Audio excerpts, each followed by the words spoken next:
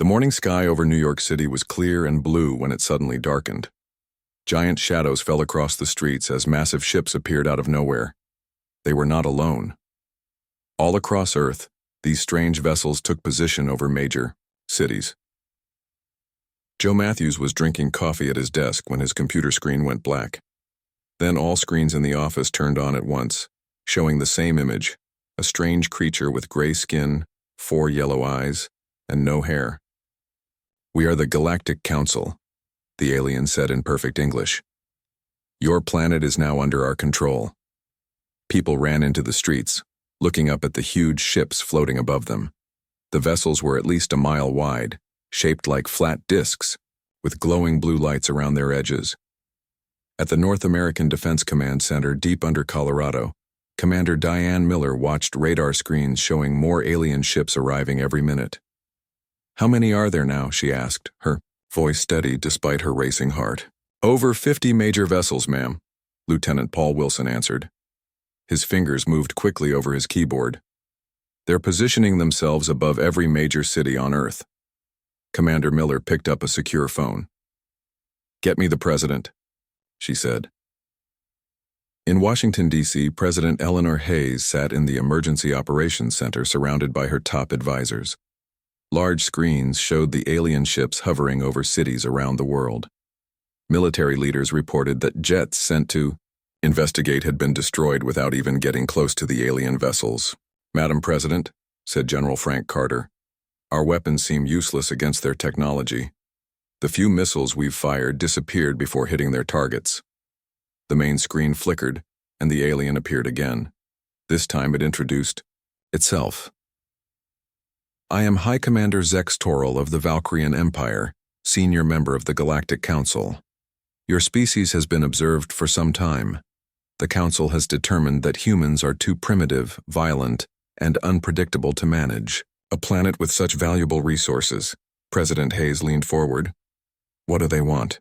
As if answering her question, Zex Toril continued, "You have 24 hours to surrender complete control of your planet to the Council. If you refuse, we will begin removing your population."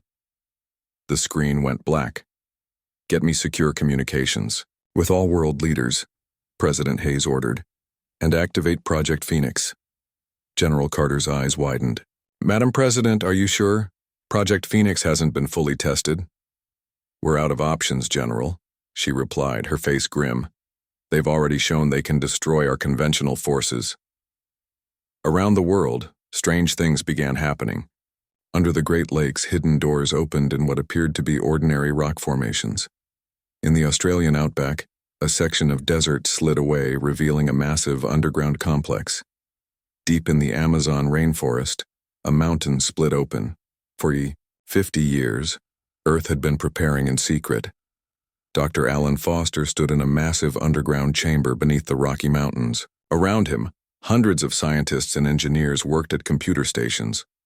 The chamber was filled with strange equipment and dominated by what looked like a partial spacecraft under construction. "Status report," Alan said to his team. "Dr. Susan." Riley looked up from her computer. "Quantum shield generators are at 89% capacity and rising. We should reach full power in 3 hours. The targeting systems for the defense satellites are online," reported engineer Mike Lopez. "All 200 units are responding and ready for activation." Alan nodded. "What about the Defiance?" "The ship is ready," Susan answered. "Captain Wright reports all systems functional." Alan walked to a large window overlooking another chamber, where a sleek black spacecraft sat on a launch platform. It didn't look like anything humans should have been able to build, because in truth, they had help.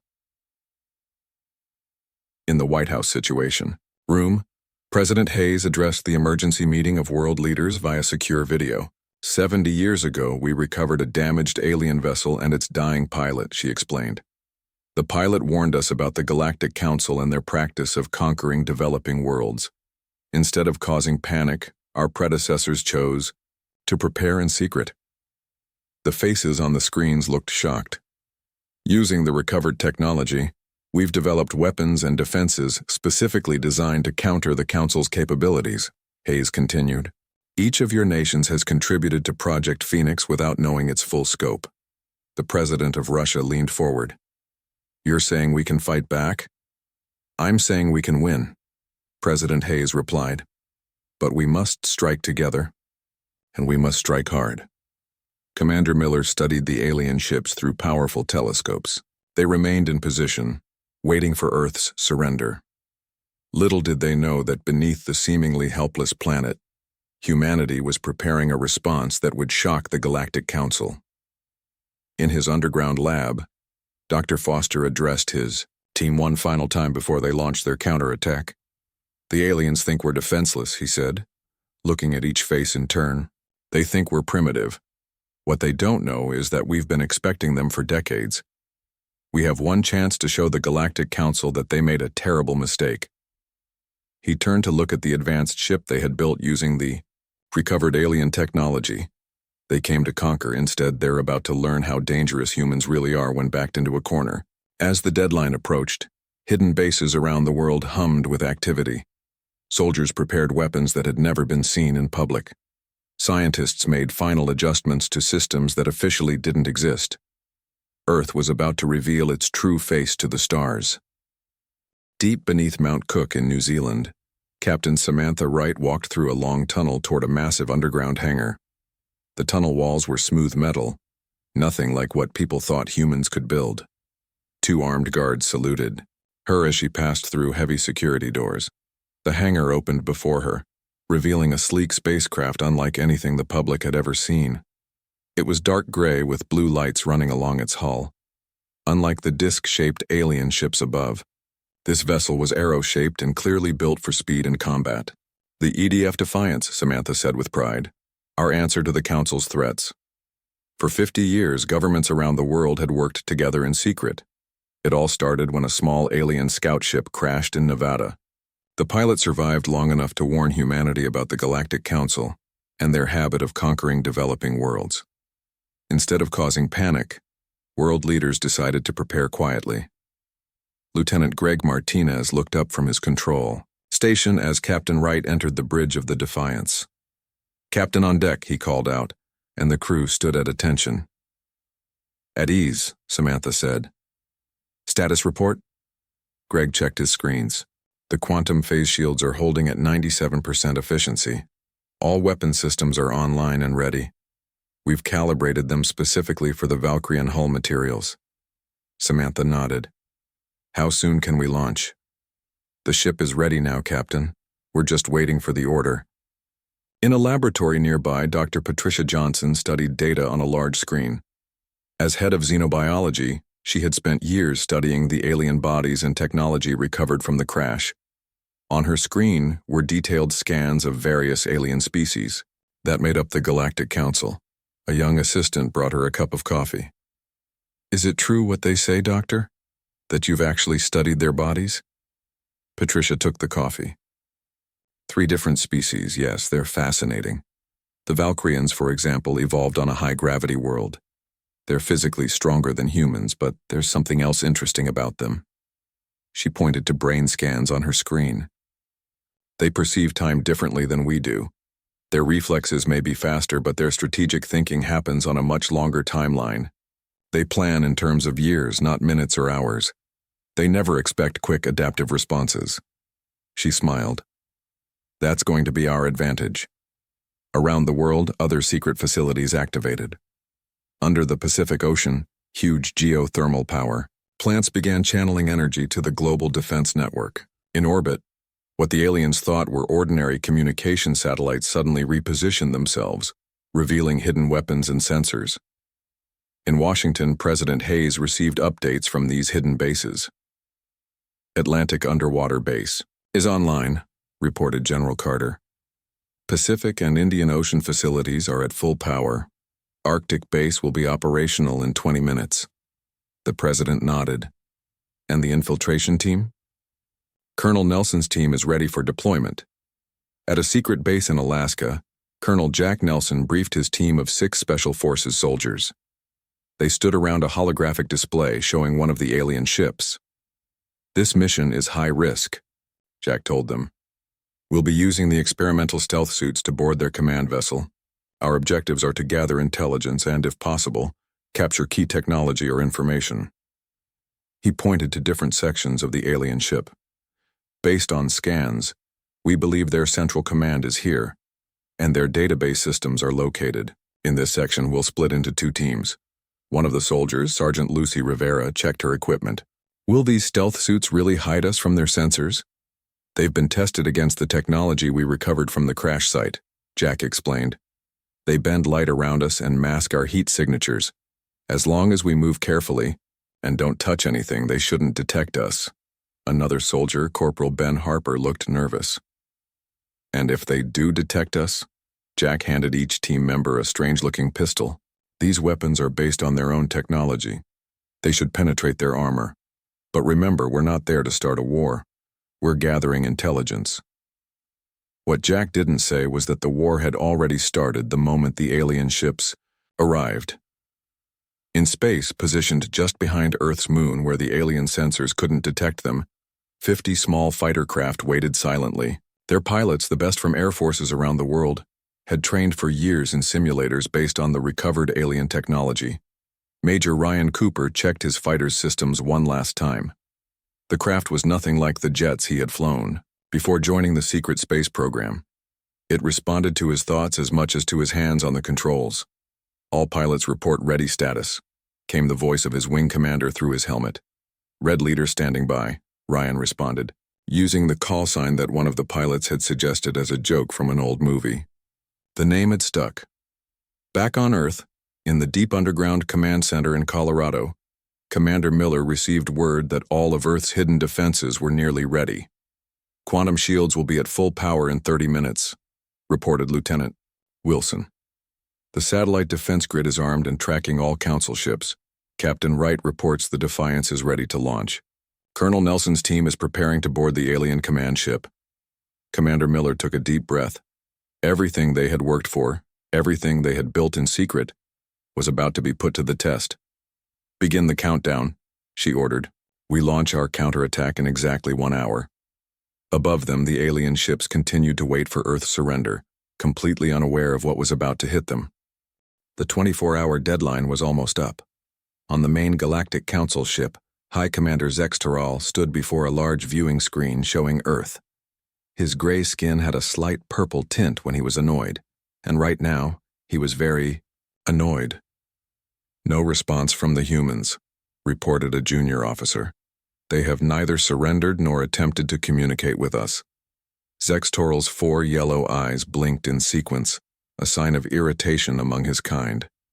They are either too primitive to understand their situation, or too foolish to accept it.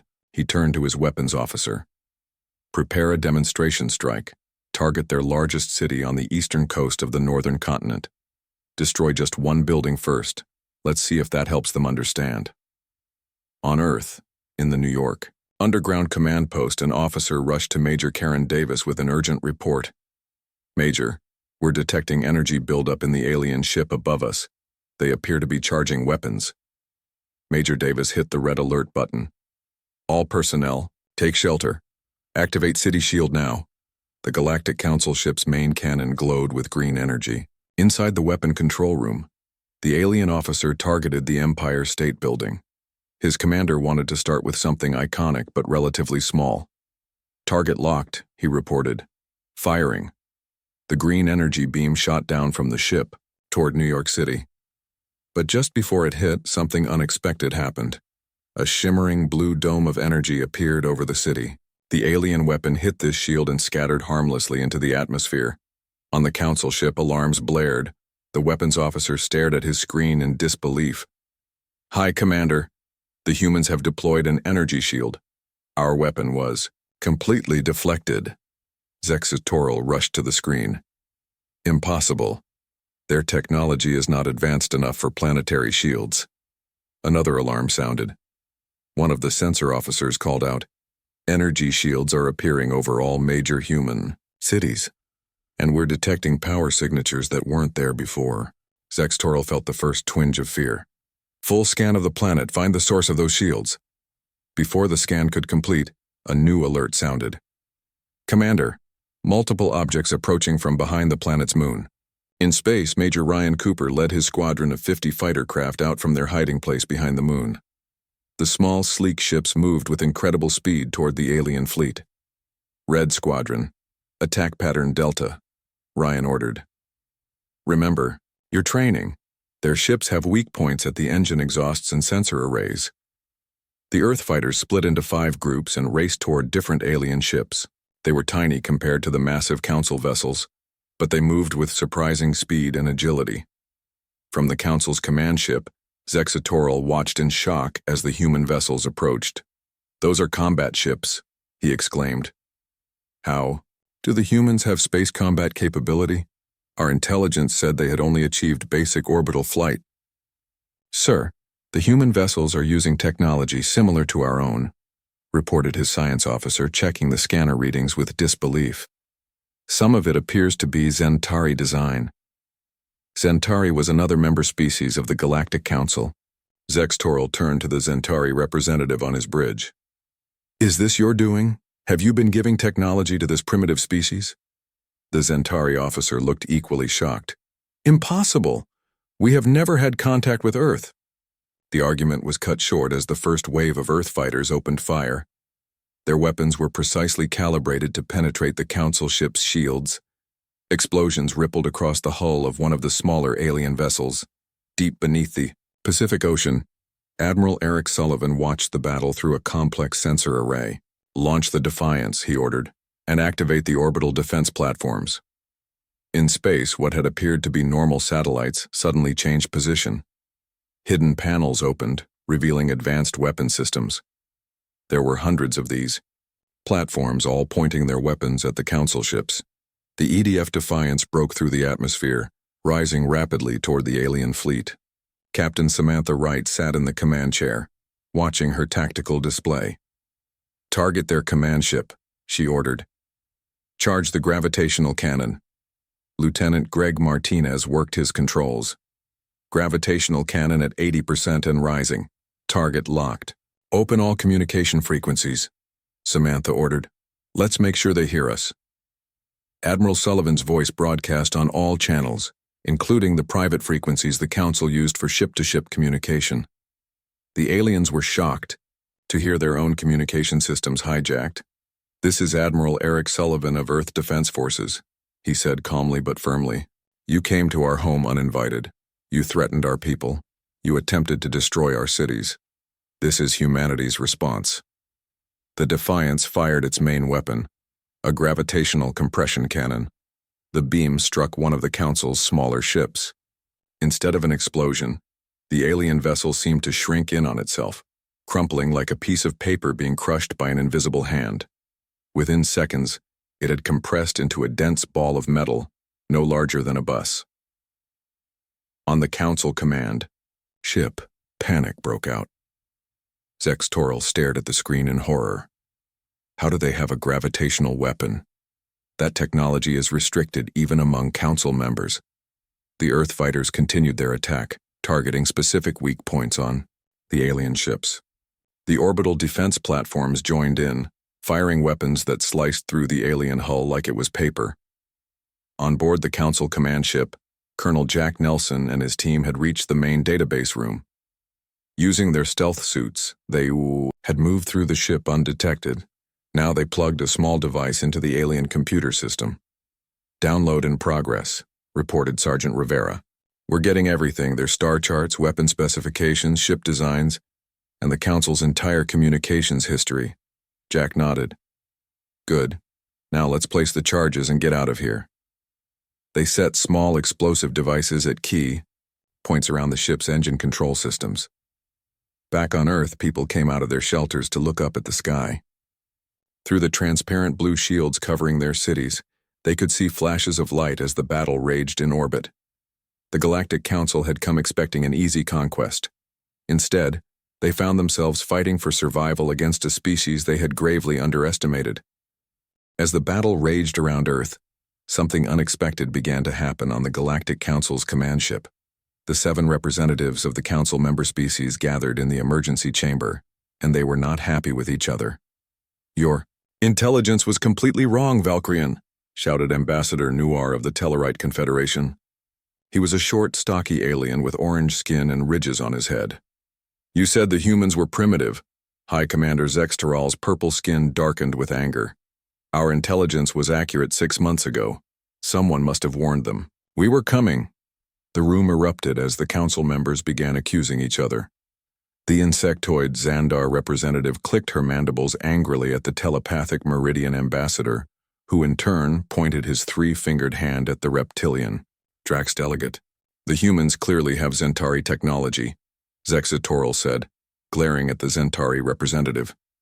"How do you explain that?" The Zentari, a tall, blue-skinned humanoid, stood up in outrage. "We have never shared our technology with Earth. But I noticed the humans are using gravity weapons very similar to Valkyrian design." As the argument grew more heated, none of the council members noticed the small device attached under the conference table. Colonel Jack Nelson's team had planted it before moving to the ship's database room. The device was recording everything. On the defense platform Sierra, orbiting high above Earth, Captain Kevin Russell watched his sensor screens with amazement. "Sir, the council ships are repositioning," he reported to headquarters. "But they're not facing us anymore. They're turning to face each other." Dr. Linda Howard, a communications expert, studied the transmissions they were intercepting from the alien fleet. "It's incredible," she told President Hayes in a secure video call. "The council is falling apart. They're accusing each other of betrayal. Some are threatening to leave the alliance." President Hayes leaned forward in her chair. "Can we use this to our advantage?" "Colonel Nelson's team is already on it," Linda replied. "They've accessed the council's database and discovered something remarkable. Earth wasn't targeted because we're primitive. We were targeted because some council members fear our potential. In space, the battle had reached a critical point. 3 of the smaller council ships had been destroyed by Earth's forces. The EDF, Defiance, moved into position near the council's command ship, its weapons ready but not firing. Captain Samantha Wright opened a direct communication channel to the council ship.